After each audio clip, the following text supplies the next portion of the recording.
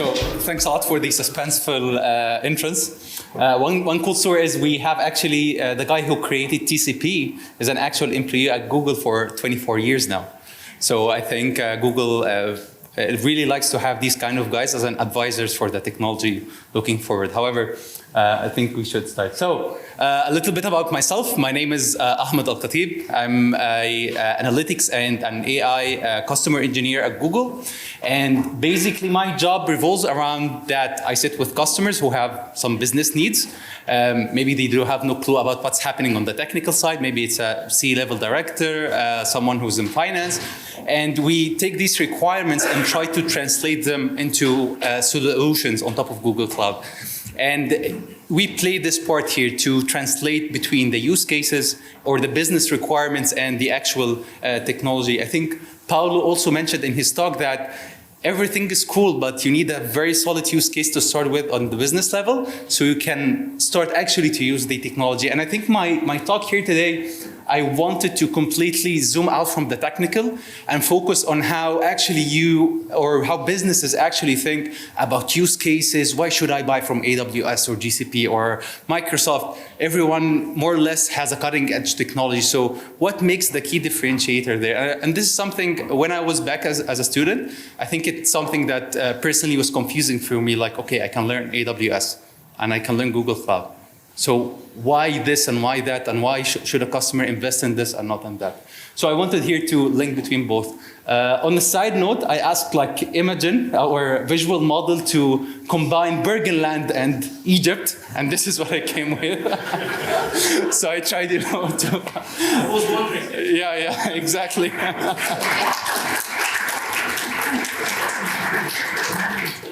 So I think we start with the fundamental problem. I think to have any kind of a productive conversation, we should have a clear vision about like, what are we trying to solve for? We have on the right the cutting edge technology, whether it's models, generative AI models or traditional machine learning models.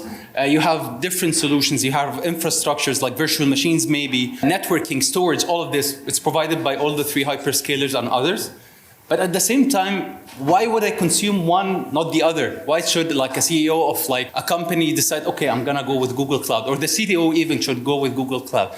What's the factors that are playing here? I think this is what we're gonna try to solve for here today. I think I wanted, instead of showing you some diagrams and metrics and numbers on what you can do, and okay, Google Cloud is better because it's better on this and this and this, and it's not so strong on this, so choose it for this. I wanted to have another kind of perspective. I wanted you to have, or to feel the story of how to connect the dots and what actually makes people buy from one compared to the other. So let's try to live a story together. So we have this Chris guy. He's a CEO of an insurance company for 15 years now. He's been the market leader, but recently he has been seeing his revenue going down in the market, and he's not sure why that's happening. So Chris goes on LinkedIn every day, like a CEO typically does, and he sees like everyone's talking about generative AI businesses, what's happening with it, and all of the new features and everything that's happening around the ecosystem. And he thinks, okay, like I just need to find a way to implement these kind of cool technologies and solutions into my company, and then I'll be good to go. Or at least that's his thinking. And his focus here is not actually about the technology. He just wants to get back his revenue. So he goes back to his board for an urgent meeting, and he asks them, okay, guys, now, did someone talk? Yeah, sorry. And then he asked them, okay, guys, I need everyone to come with his KPIs and what can generative AI solve for here, or he thinks generative AI can solve for with. Very generic questions. They do not know like what exactly they are solving for. They just think there is something out there that their competitors are using, but at the same time, they do not know what it is exactly.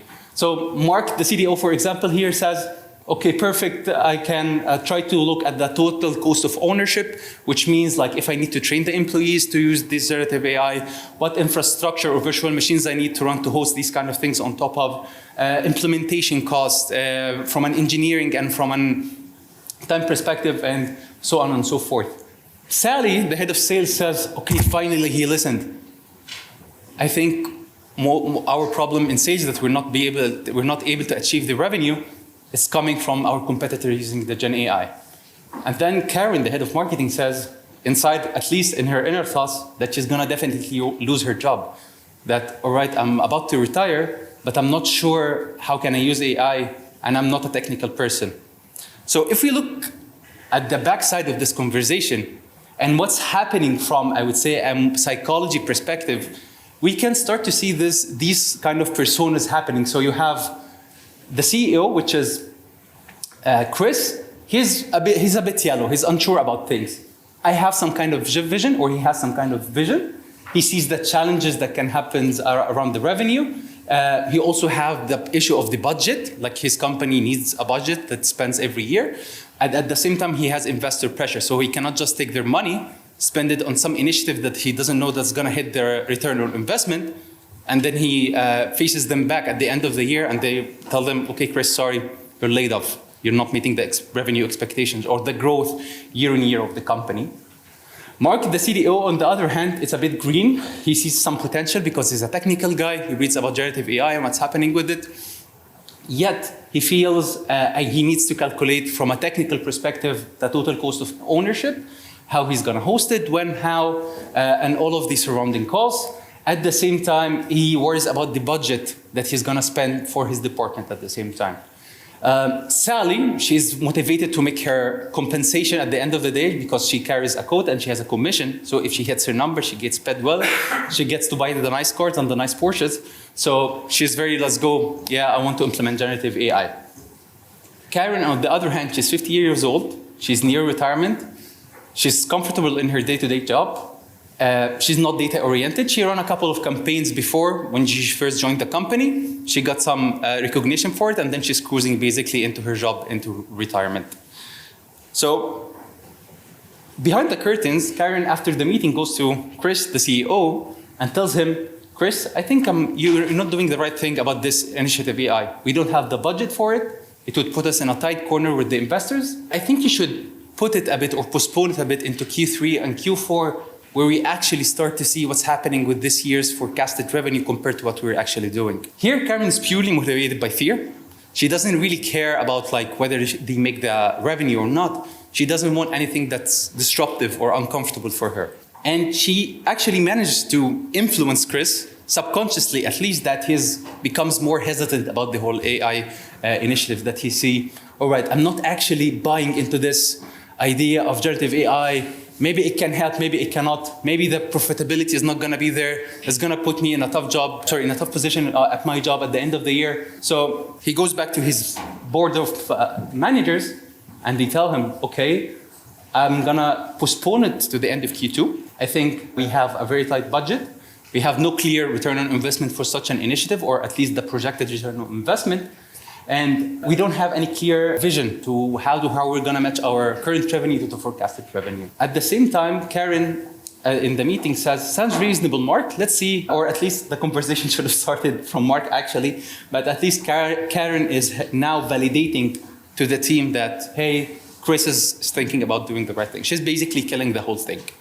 So now you have in the company, you have two people who are green, who see some value that they can return on investment, and two, I would say, decision makers also that are in the red. They don't want the whole thing. Till now, at this point in time, they don't have a defined use case. All of this conversation, it's happening on a very high level. They want to do something, but they're not sure about what they want to do, which is even creating more confusion for them. So the current state is they don't have clarity on the return of investment. They don't have clarity about the use case, exact use case, and what's being targeted here. They have a big weight from a total cost of ownership, whether it's from a business or from a technical perspective. They are losing profit growth year on year at this point in time. There is a stakeholder misalignment. All of these folks are not aligned on something, which makes things a lot harder to implement. We have some high potential resistance from older stakeholders, employees. So here, for example, think about the employees under Karen. So if Karen is very anti-new initiatives, of course her employees are going to be very anti-initiatives. And whenever someone tries, to mention it on the company on an employee level, they would be, I would say, on a defensive stance because they don't want to disrupt their job or feel that they're going to get replaced, or they feel that the AI is coming for their jobs whatsoever. And the last thing is that's pressuring them that they might have potential investor pressure if they spend this budget money and it doesn't hit the potential return on investment that you're expecting. So that's when things get interesting. As sales engineers or as people who try to translate these kind of things, we take here, for example, Sarah. She worked as a sales AI engineer at some company called Symbol, and this Symbol Corp has very cutting edge products. And she is tasked to penetrate the Austrian company, and she thinks Chris's insurance company is a perfect potential customer for her that she can help navigate and I would say implement their use cases and help win the account, as we call it, or help win the customer. So she says, okay, I should start hunting for some connection inside the company, do a brief introduction and what the product can do and what we've been able to do for similar companies in the insurance market so they can relate to what our product can do for their numbers. So the question here is, if you're thinking here, considering, I would say, the psychology of these folks, whom would you approach and why? I think we can take a couple of answers from the audience here. Does anybody have a suggestion? But you need to answer why also.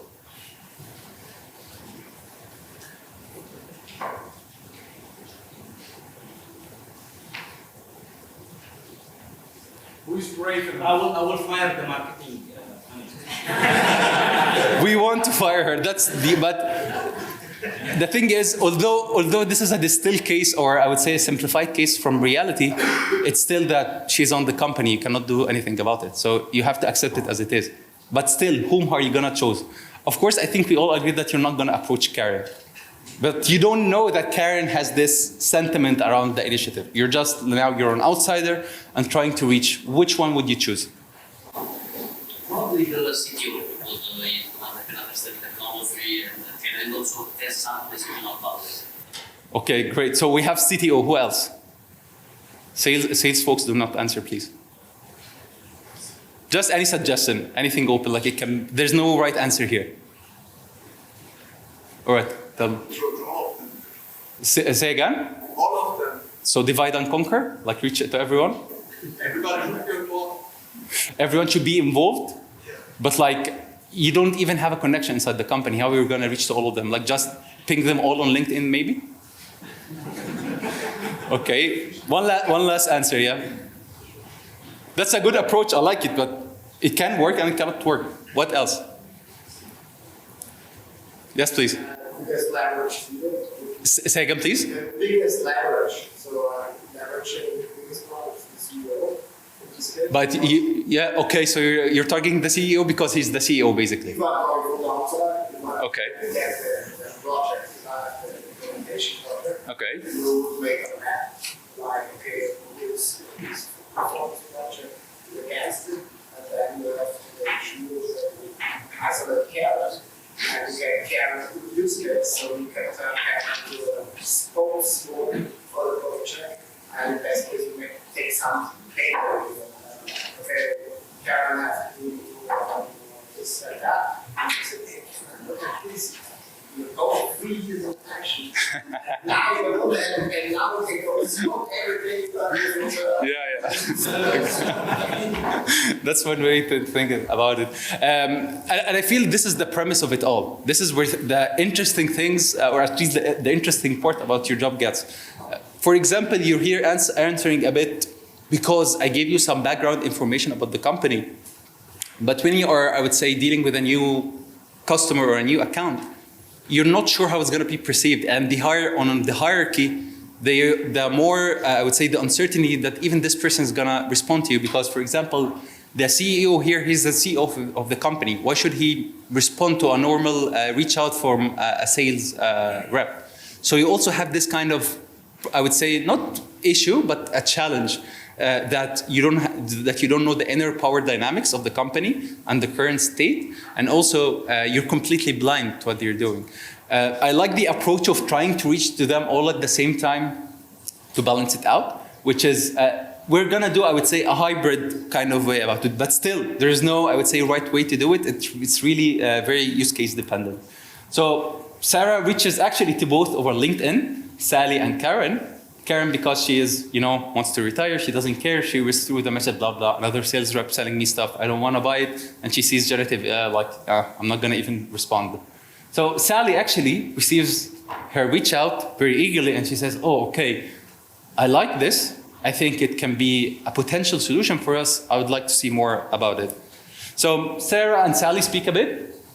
And Sarah tells her, hey, I'd like to demo our solution, show you what it does. And we also helped a lot of insurance company in the same kind of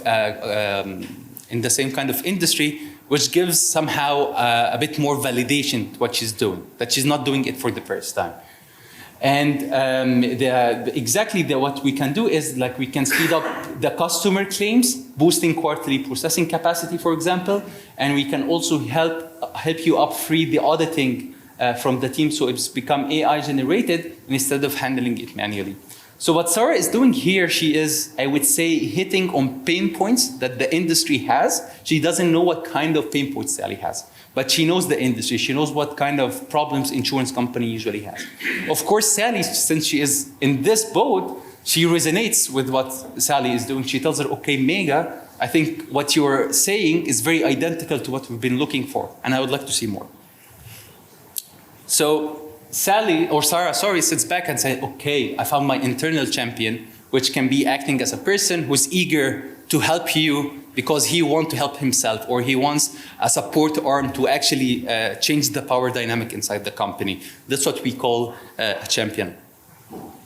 So a meeting happens. Sarah sits down with all of the board together. Their current state is that Chris doesn't want to proceed with it. Karen, of course, is Karen, she doesn't want to touch it. You have the CTO a bit, and then you have the sales leader or the sales manager interested in it. She says, hi, we can help you navigate the challenges around the return on investment, TCO, employee upskilling. We offer this insurance claim GenAI processor whatsoever that has been yielding results for our customers in the same industry, and the numbers are 150% more claims. Best part, it's completely serverless. You integrate minimally through the API. You have very user-friendly UI to interact with. We're modular, so you can use any generative AI model in the market. So what Sarah here is doing, she's hitting on the general pain points of any insurance company, and she's hoping that something would hook on the other side.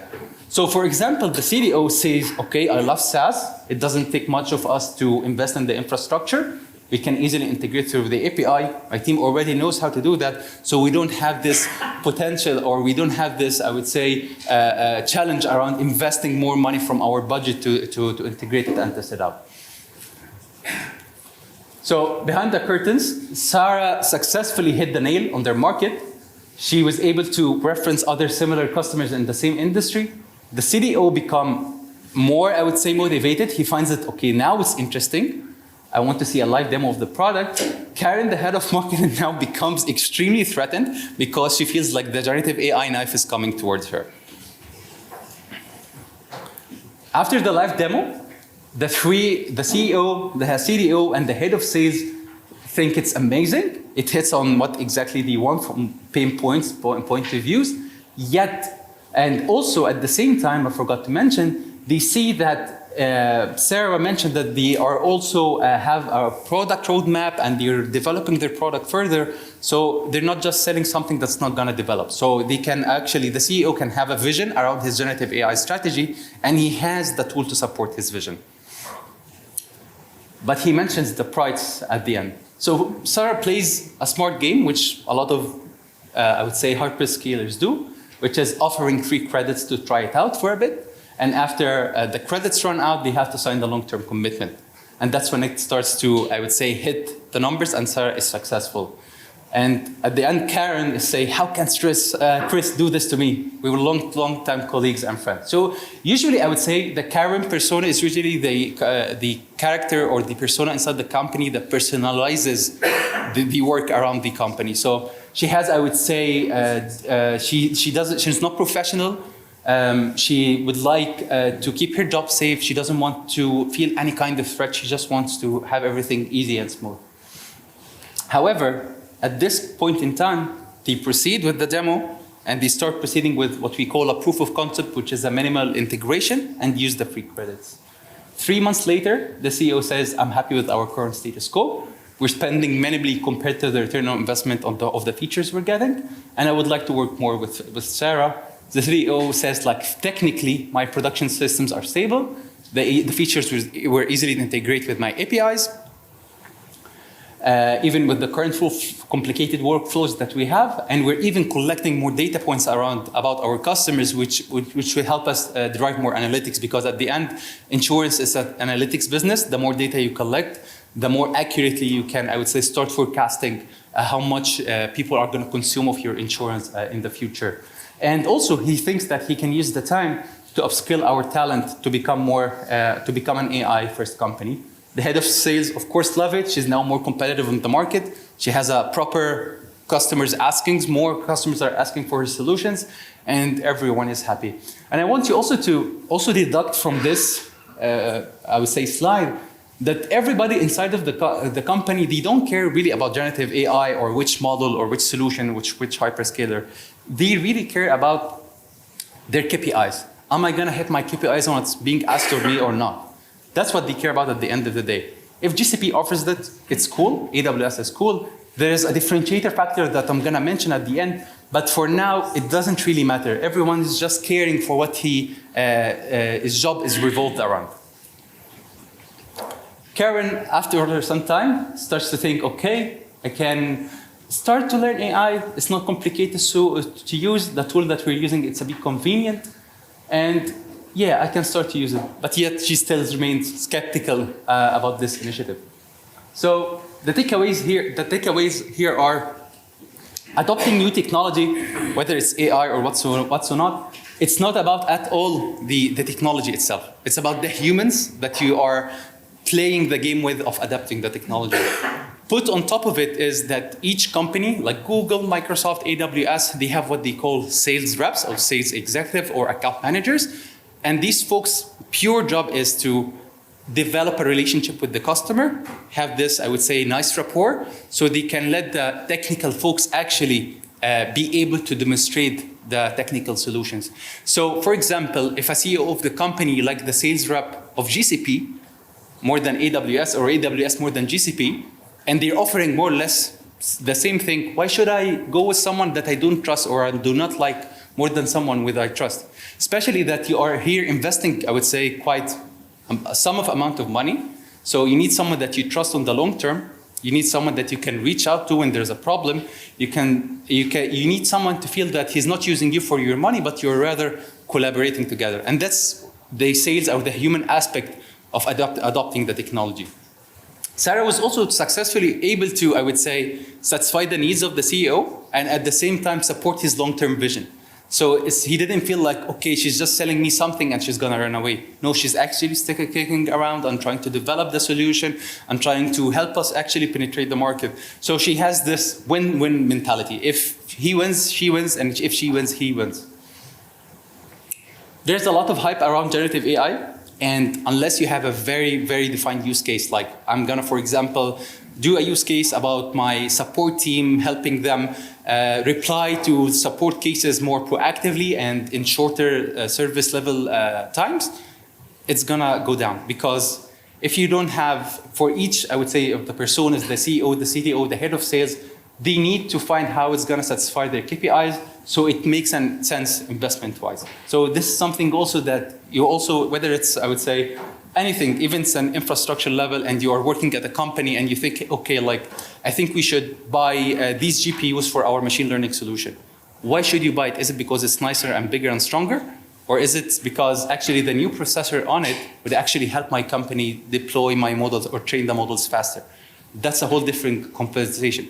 And if the models are trained faster, would this help you get a competitive edge in the market or not? Would it help you sell more or not? And that's where the full cycle across the company starts to close. Because if you receive a no that, hey, it's not gonna help me develop a competitive edge, you're not gonna land this initiative, or it's not gonna work out at the end, because the CEO didn't agree to invest in something that he doesn't see a return on investment on the business side.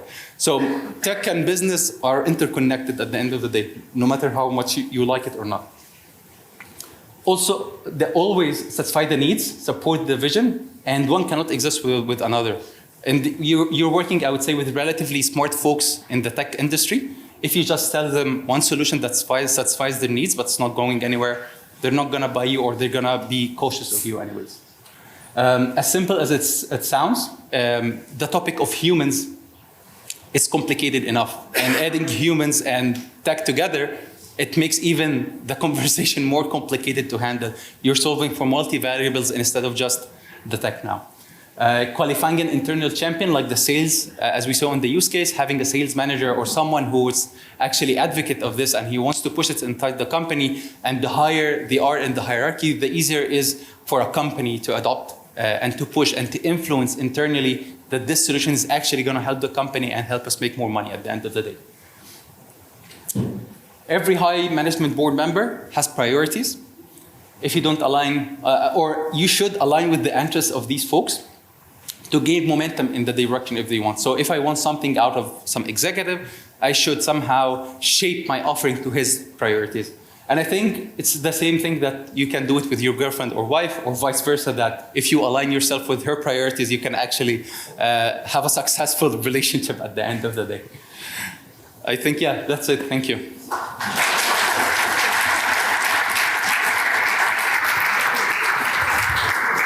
Thank you very much. One last Sure. One Go last ahead. thing before the Q&A. So, as a part of our support to universities, we have this Cloud Skills Boost Lab, which is basically a platform that lets you run labs for different GCP solutions. So, for example, you want to run our managed solution for machine learning operations, for example.